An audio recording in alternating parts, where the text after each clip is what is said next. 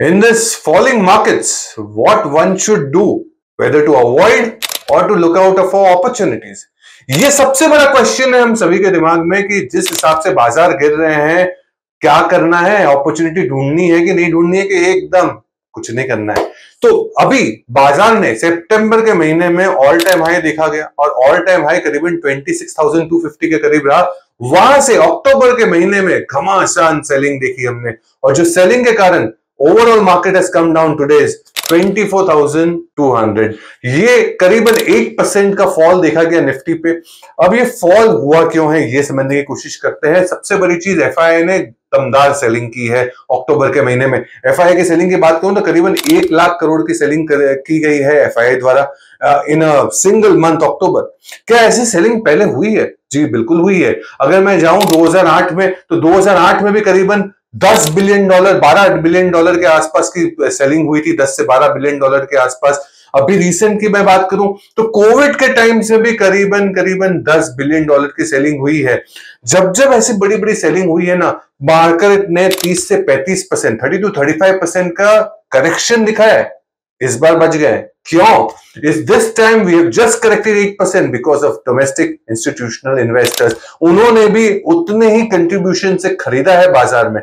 करीबन 92,000 और करोड़ के आसपास का बाइंग किया है डीआईआईज ने इंडियन मार्केट्स में, जिसके कारण एफआईआई की जो सेलिंग दमदार थी वो कहीं कुछ हद तक अरेस्ट हो पाई। अभी हुई क्यों है? ये ओवरऑल सिचुएशन क्या बना है globally?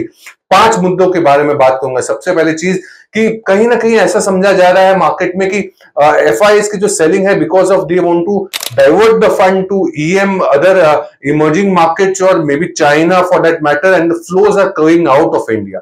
Second, India's domestic reason है अर्निंग्स का। FY26 की अगर अर्निंग्स की मैं बात करूं, निफ्टी 50 की जो करीबन 1390 पे एक्सपेक्टेशंस थी अर्निंग्स की, जो नीचे आ गई 1300 पे। FY25 के नीचे आके 1250 रुपीस पे अर्निंग आ गई। तो कहीं ना कहीं हम देख रहे हैं कि Q1 के नतीजे जो धीमे रहे वैसे ही नतीजे Q2 में दिख रहे हैं। बहुत सारे एक्सीडेंट्स भी दिख रहे हैं। तीसरा, जियोपॉलिटिकल टेंशन आप तो सुन ही रहे हैं, इजराइल के आसपास क्या सब चल रहा है। चौथा, यूएस के इलेक्शंस। ऑफ कोर्स 5 नवंबर को यूएस के इलेक्शंस है जो बहुत ही नर्वस है ग्लोबली। इंडिया कुछ ज्यादा ही नर्वस दिख रहा है। पांचवा, यूएस के 10 ईयर बॉन्ड यील्ड्स। मुझे लगता है कि यूएस के जो 10 ईयर बॉन्ड यील्ड्स है वो 3 महीने के हाई लेवल्स पे आ गए हैं, करीबन 4.2% के करीब। तो ये भी एक बहुत बड़ा नेगेटिव फैक्टर रोल प्ले कर रहा है ओवरऑल डोमेस्टिक इंडियन मार्केट्स में नरमी का कारण। सो हम सभी ये सोचते हैं कि इस मार्केट फॉलिंग मार्केट्स में अपॉर्चुनिटी ढूंढे, अवॉइड करे।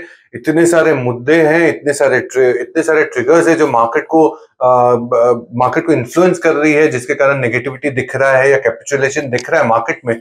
बट मैं आपको एक चीज जरूर दिखाना चाहूंगा कि किस हिसाब से मार्केट फॉल करता है और किस हिसाब से रिकवरी आती है।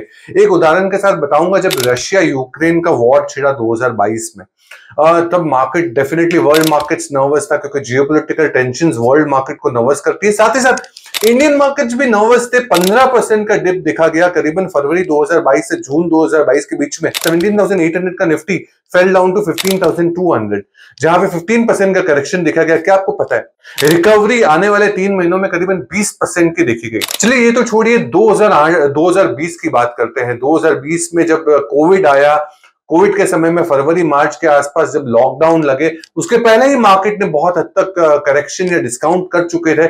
उस टाइम पे मार्केट ने जो डिस्काउंटिंग किया, करीबन 35% का डिस्काउंटिंग किया।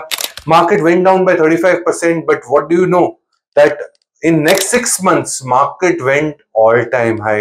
It went a all time high. So what this is proof when markets fall, when the screen is red, जब हम देखते हैं कि इस गिरावट वाले मार्केट में जोन में सेक्टर स्पेसिफिक सब कुछ गिरता है, तो एक डेफिनेटली डर सा माहौल रहता है कि क्या हमें खरीदना चाहिए।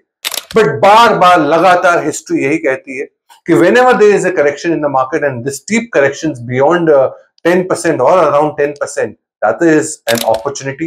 But when we talk about opportunity, you cannot time the market. You cannot time the market. You cannot catch the bottom. You cannot catch the top as well as.